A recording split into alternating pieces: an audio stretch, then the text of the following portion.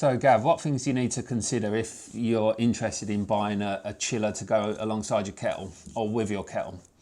There's 4 items of consideration. Firstly is power supply. So you'll need a double socket like we've got underneath here to allow you to plug the chiller into. And that's just a normal 13 amp plug, is it? Yeah, it's exactly that. Okay. You've got space requirements. So the ideal size for the cupboard is 600mm base unit. Which is pretty standard. It is, yeah, fitting sort of quite comfortably like that. Mm-hmm. The next one is water pressure.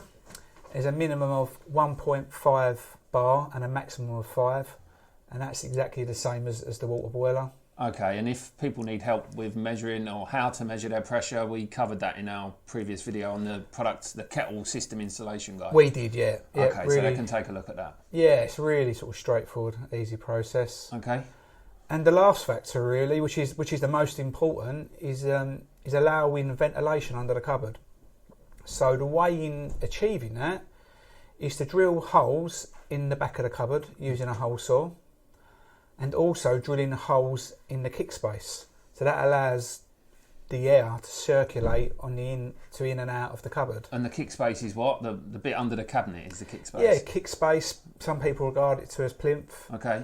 And what we like to do as well and recommend is that once you've drilled the holes in the kick space, is to get a nice little grill club cover like this that goes over, that just covers the holes up.